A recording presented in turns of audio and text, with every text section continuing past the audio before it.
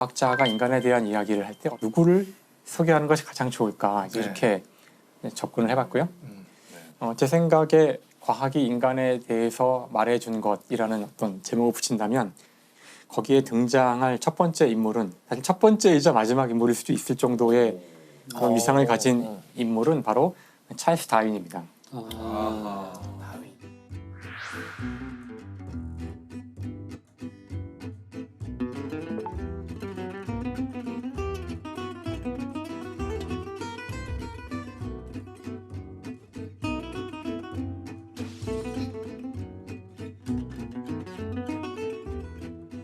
다윈의 이름을 모르는 사람은 없지 않을까요? 들어는 들어는 다 봤을 거라고 생각을. 아는 건 진화론, 그 다음에 그렇죠. 종의 기원, 이 두 개밖에 없는 그렇죠, 거죠. 그렇죠.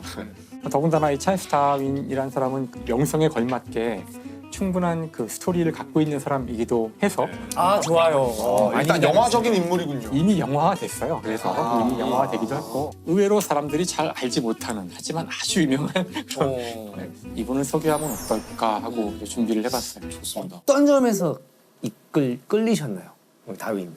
사실 그 진화론이라는 그 이론 자체가 우리 인간이 생명에 대해서 할 수 있는 가장 근원적인 질문에 대한 답을 해줘요. 이렇게 다양하고 많은 생명은 도대체 어떻게 해서 만들어졌나? 어떻게 생겨났나? 근본적인 우리 우리는 어디서 왔는가? 그렇죠. 우린 무엇인가? 네. 이거 하나가 장대한 사실 스토리죠. 아 예. 그러니까 다윈 같은 경우는 흔히 말하는 금수저 집안에 어머니가 아마 이름만 들으면 아실 웨지우드 전혀 모르겠어요. 도자기, 골프채 이름 같은. 도자기 접시. 웨지우드 접시.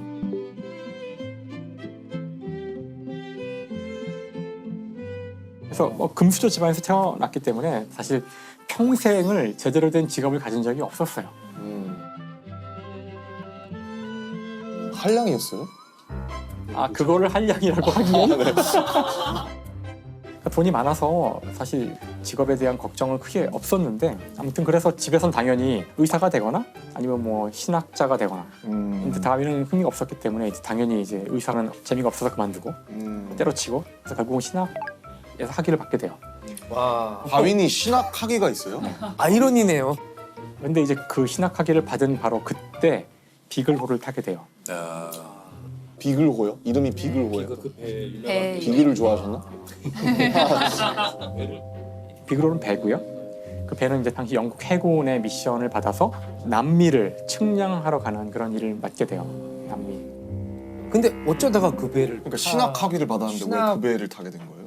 그러니까 사실 그 신학 학위를 하면서도 그 자신의 그 다른 곳에 대한 열정. 그러니까 다윈은 어릴 때부터 이렇게 사람들하고 막 놀고 이런 것보다도 딱정벌레를 수집하거나 아니 그런 자연에 대한 굉장히 관심이 많았어요. 책도 많이 읽고.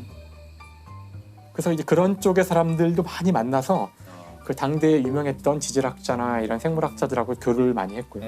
그래서 이제 그 중에 한 사람이 비글호가 이런 임무를 가지고 떠나는데 여기 이제 박물학자 한 사람을 구하고 있었거든요.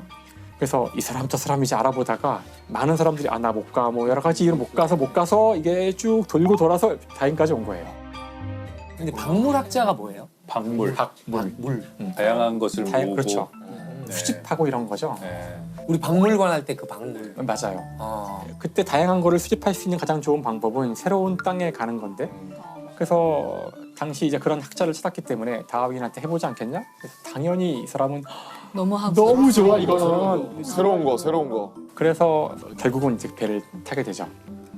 비그로를 타고 그 여행을 5년간 갔다 오는데 5년이요? 무려 5년을. 왜냐면 남미의 끝까지 갔기 그렇죠. 때문에 난 못 타. 근데 다윈에겐 다행히도 배에 계속 타고 있어야 되는 건 아니었고 이제 배는 다니면서 측량을 하고 자기는 어딘가 내려서 계속 있다가 이제 이동할 때만 타고 했기 때문에 상당히 많은 시간을 실제로 육지에 있었다 그래요. 그리고 다윈은 남미에 탐험하는 그 기간 동안에 수집해서 자신이 모아놓은 것들을 이제 계속 본국으로 보내요. 보내서 박제로 만들어 보내기도 하고 뭐 새로운 이제 화석도 찾아내고 그래서 다윈은 이미 그것만으로도 유명한 과학자가 되긴 됐었어요. 그 탐험 여행 끝에 이제 남미를 다 돌아보고 남미를 떠나서 갔던 첫 번째 섬이 바로 갈라파고스였어요.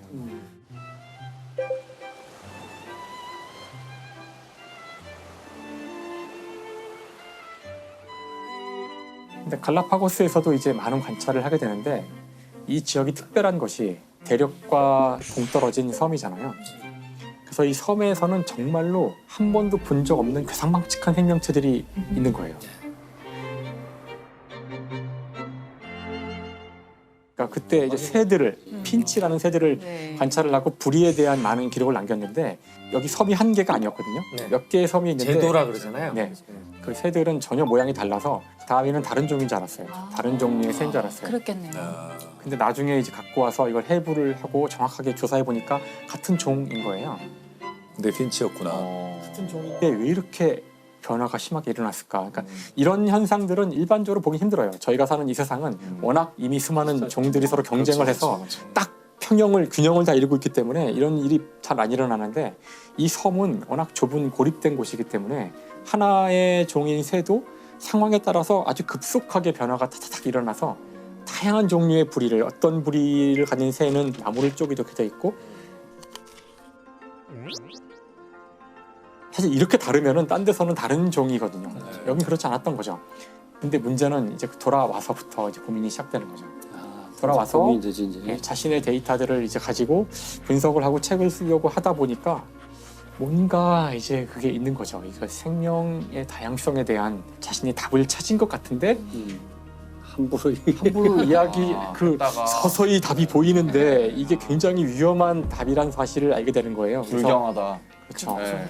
그래서 1836년에 돌아왔지만 종의 기원이라는 책이 출간되는 것은 1859년. 20년이 넘게 걸렸네요. 무려 한 25년 가까운 와. 시간을 더 이제 보내야 되는데 물론 그 사이에 많은 일들이 있었지만 기본적으로는 과연 이것이 옳은 이론일까? 그리고 이걸 냈을 때에 자기한테 돌아올 엄청난 엄청나네. 공격과 비난 이건 단순한 어떤 과학자로서의 공격이 아니라 성경에 나오는 그 말씀을 다 위반하고 모든 사람이 믿고 있던 인간의 존엄성, 인간은 고귀한 존재고 선택받은 존재라는 것을 다 깨뜨릴 수 있는 거기 때문에 본인이 먼저 완벽한 증거들을 얻어야 한다고 믿고 질문을 하고서 그걸 다 답을 찾는 데까지 시간이 걸리는 거예요.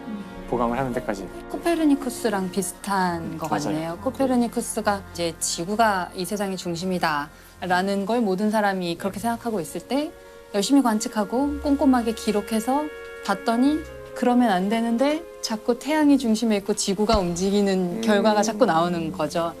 그래서 이거를 낼 때 약간 고민을 많이 하셔서 나중에 거의 이제 인생의 말년까지 와서 병상에 누워서 그때서야 책을 집필하셨다고. 그래서 천체 회전에 관한 그 논문의 이름이 앞에가 레볼루션이잖아요. 천체 회전이란 말이 레볼루션인데 얼마나 놀라서 이것이 혁명이란 단어를 그래요. 본인이 붙인 거예요? 아니 레볼루션은 원래 회전이라는 회전이라는 뜻이 뜻을 갖고 있어. 아 레볼루션이 원래 회전이에요? 회전. 아 근데 그게 너무 혁명적이라서 혁명으로 바뀐 거구나. 회전이라는 것이 혁명인 것이었던 거죠. 그래서 추가로 그런 뜻을 갖게 돼요. 제목. 이럴 때 보면 이 프로하길 잘한 것 같아요. 레볼루션이 원래 회전이었던 거 알았어. 코페르니쿠스가 하면서 하면 바로 이제 그래서 사실 그 코페르니쿠스의 지동설은 이제 그 성경에 나오는 한 구절 때문에 문제가 되었던 것이고 지금 다윈이 하려는 얘기는 성경 정면으로 전체를 그냥 반박하는. 그 창세기 전체일 뿐만 아니라 그 인간에 대한 수많은 이야기들을 전체를 부정하는 거죠. 근데 일단 욕을 물타기로 먹었을 것 같은데요. 욕을 먹은 정도가 아니라 왜냐면 진짜 뭐랄까 변을 안 당한 게 이상할 정도로. 심지어 본인도 고민을 많이 하는데 이 다윈의 와이프가 독실한 또 신자였거든요. 그래서 그 다른 사람들한테는 함부로 말을 이제 안 해요. 위험해서. 그래서 자기 아내한테 이야기해주자 아내가 굉장히 분노를. 그렇죠. 그다음에 또 한편으로는 남편을 이제 보호하고 싶기도 했겠죠. 생각도 하지 마라. 다윈도 고민을 많이 하는데 그 다윈이 남긴 기록을 보면 다윈이 그 신에 대한 어떤 믿음이 서서히 사라져가는 과정이 보이긴 보여요. 그러니까 자기도 고민을 많이 하거든요. 성경에서의 모순도 수없이 찾아내고 이건 말이 안 되지 않느냐. 이 세상에는 아담과 이브밖에 없었는데 이 둘은 아들을 둘 낳는데 딸도 없는데 어떻게 그 다음에 이야기가 이어지지? 이런 식으로 이제 성경 자체에서도 수많은 문제점들을 찾아내면서 좀 이상하다라고 이야기도 하고 다음에 본인이 연구를 진행해 가면서 이렇게 진화에 대한 증거가 많은데 성경이 맞을 수가 있겠느냐. 그래서 어느 시점엔 자기도 나는 더 이상 성경에 나오는 창조론을 믿을 수 없다 이런 글도 써요. 확신의 창. 네. 그럼 진화론이라는 거는 심플하게 무엇을 말하는 책인 걸까요, 결국? 사실 진화론이라는 것은 우리 주위에 보는 생물들이 변화한다는 걸 의미해요. 첫 번째로. 생물들이 변화한다. 그러니까 그 전까지 사람들은 우리 주변에 있는 많은 이 생물들은 언제부터인지 모르지만 뭐 신이 창조했든 그냥 계속 이런 모습으로 있었을 거야라고 믿고 있었죠. 네. 하지만 이제 진화론은 그것이 아니라 생명은 끝없이 변화해가고 사실은 지금 존재하는 수많은 생명체들은 더 근본적인 생명체로부터 온 것이고 더 근본적인 것은 더 근본적인 것으로 더 계속 수렴해 올라갈 수가 있는데 이걸 끝까지 가져가면은 사실은 단 하나의 하나에서 생명으로부터 시작하여 진화를 거듭하여 지금 이렇게 우리가 보는 다양한 생명체가 만들어졌고 이 과정에서 누군가 디자인을 하거나 누군가 명령을 할 필요가 없이 자연적으로 이것이 일어났다는 거예요. 그래서 아무튼 이거를 이제 설명을 해서 사람들이 납득을 해야 되기 때문에 이걸 집대성하여 쓴 책이 이제 종의 기원이라는 책인데 이 책이 아주 고도의 전략을 쓰게 돼요. 이 책을 아마 많은 분들이 이 책은 과학의 고전이라니까 한번 읽어볼까? 그렇게 읽어보시려고 했던 분들은 이제 읽다가 엄청난 그 자기 환멸과 분노를 느낄 수 있는 책인데 시작 부분이 그래요. 시작 부분이. 그러니까 책의 시작 부분은 비둘기에 대한 이야기로 시작하는데 우리나라 사람들은 알지도 못할 비둘기에 대한 수많은 이름들이 나오기 때문에 그 영어로도 나오는데 찾아보면 다 비둘기라고 돼 있거든요. 다양한 비둘기들의 수많은 이름들이. 비둘기가 나오는데 도대체 나는 종의 기원이라는 그 위대한 이론을 알고 싶은데 왜 비둘기 이야기만 이렇게 오래 하는 걸까? 이게 이제 당시 그 다윈이 살던 시대 그 시대에는 비둘기뿐만 아니라 강아지도 그렇고요, 고양이도 그렇고 그걸 잘 키워가지고 아주 독특한 형태로 만드는 게 되게 유행이었어요. 그러니까 이 다윈은 처음에 어떻게 시작한 거냐면은 이걸 봐라. 인간이 개입하여 특별한 결과를 얻고 싶을 때 비둘기를 가지고 이미 우리는 수많은 교배를 통해서 원하는 형질을 얻어왔다. 이미 그걸로 증명이 되고 있다, 우리 주변에. 하고 있지 않냐? 네. 우리는 진화를 벌써 시킨 해왔다. 거죠. 우리가 이걸 골라온 거죠. 우리도 혈통 좋은 개끼리 계속 했듯이. 아, 네. 맞아요. 사실 그러니까 이미 사람들한테 익숙한 이 비둘기라든가 이 강아지라든가 이런 교배시키는 것을 먼저 설명을 한 거예요. 그러기 위해서 굉장히 지루하지만 지금 우리가 보기엔 근데 이게 당대에는 지루하지 않았대요. 그럴 수 있겠네. 비둘기, 얘네 집에서도 비둘기 키우고 저기 집에서도 비둘기 키우니까 심지어 출판사에서는 이 원고를 받은 다음에 이게 입담하는 원고인데 이 책을 다 출판하기보다 요 일장 앞쪽만. 요 비둘기 요 일장만 따로 내면 이거 대박이다. 대박 칠 거다. 이거 우리 분리합시다. 네. 근데 이건 이제 다윈의 그 의도를 몰랐던 거고 아, 다윈은 이거는 사실 이걸 말하려고 쓴 건데 접근법이 굉장히 스무스하네요. 그래서 사실 이 책에서 저는 가장 좋아하는 부분이 중간에 이 비둘기 얘기가 끝난 다음에 진짜 본인이 하고 싶은 이야기로 가는 전환부가 있는데요. 거기에 아주 제가 보기엔 위대한 접속사가 나와요. 위대한 접속사. 하물며. 하물며라는 접속사가 나오는데 이 앞에 문장이 뭐냐 하면은 이처럼 우리 인간은 비둘기와 다른 동물들을 우리가 원하는 쪽으로 교배를 통해서 개량해 왔다는 거예요. 개량해 왔다. 하물며 자연은 수많은 생명체의 경쟁을 통해서 이것들을 그 환경에 맞도록 계속 선택을 해왔다는 거예요. 자연 선택이 거기서 나오는 그렇죠. 바로 인간이 해왔던 것을 이 자연 전체가 그 순간의 환경에 가장 적합한 존재들을 선택해왔고 이 생명종 전체를 바꿔왔다. 자연이. 네, 바로 이 얘기를 그리고 나는 지금부터 그 증거들을 하나씩 보여주겠고 거기서 나올 수 있는 모든 질문에 다 답을 할 것이다. 야, 준비가 다 됐으니까. 그러니까 25년이 걸렸구나. 야, 그런 책이라고는 생각 못했어요. 왜냐면 이거는 단순히 어떤 새로운 발견이 아니라 인간을 능멸하는 걸 수도 있거든요. 인간의 어떤 자존심을 건드린 거라서 문제가 된 거죠. 거북했을 수 있죠. 거북했을 수 있어요. 네. 그러니까 사실 지구상의 모든 생명체는 어느 한순간에 정확히 모르지만 한 38억 년 전쯤에 지구에서 시작되어서 그 이후에 똑같은 시간 동안 진화해 온 거예요. 우리와 박테리아, 바이러스 할 것 없이 다 뭐가 그냥 다르냐. 다 똑같은 그런 존재라는 걸 이야기를 해주고 있어요. 그러니까 진짜 무서운 거죠. 많은 사람들이 정말 이 이론에 충격을 받고 대단히 싫어했지만 근데 이 책이 너무나 완벽하게 쓰여졌기 때문에 영국의 과학자들 가운데 진화론을 인정하지 않는 사람은 거의 없었다는 평가예요. 대략적으로는. 결국 하지만 일반인들을 대거 진화론을 지지하는 쪽으로 몰고 가는 사건이 이제 시작돼요. 이게 뭘까요? 어떤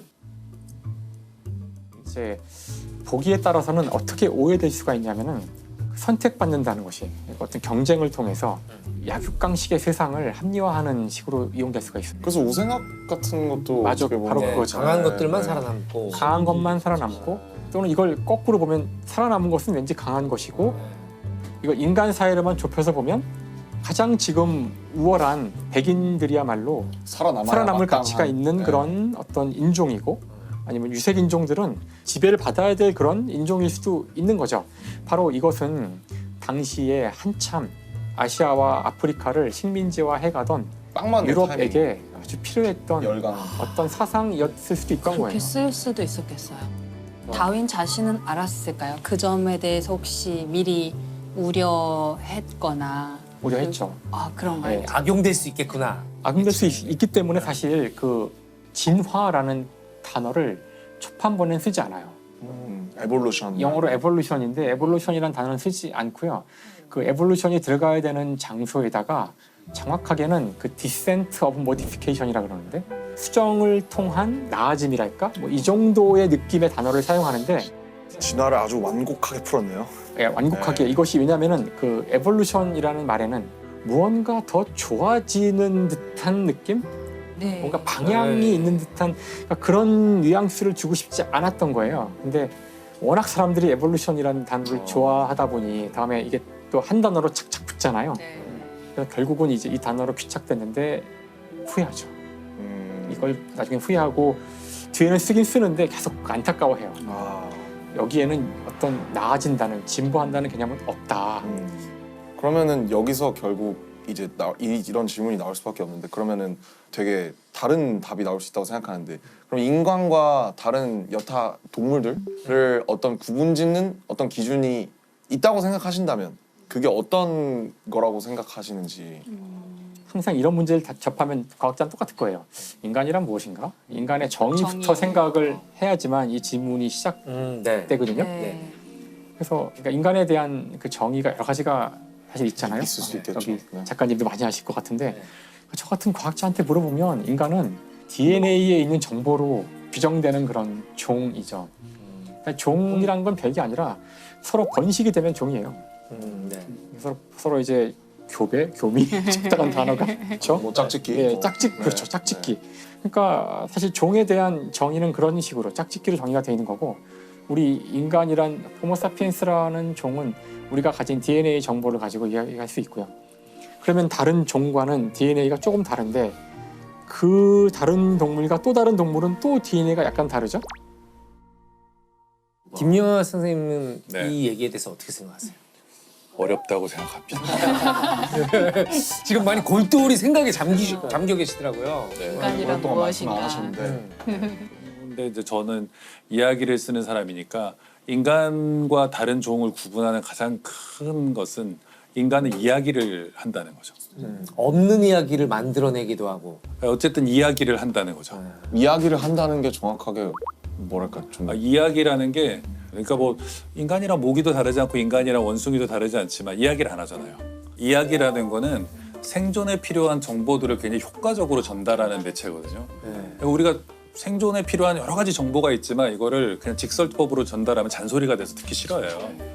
늑대 조심해라, 뭐 호랑이 조심해라 이런 거보다는 늑대와 호랑이에 관한 무서운 얘기를 애들한테 들려주면 옛날에 각인이 되는 거죠. 그때는 진짜 무서운 거구나. 그러니까 그게 또 감정으로 전해지기 때문에 정보로 듣는 것보다는 감정으로 우리가 들으면 몸이 반응하거든요.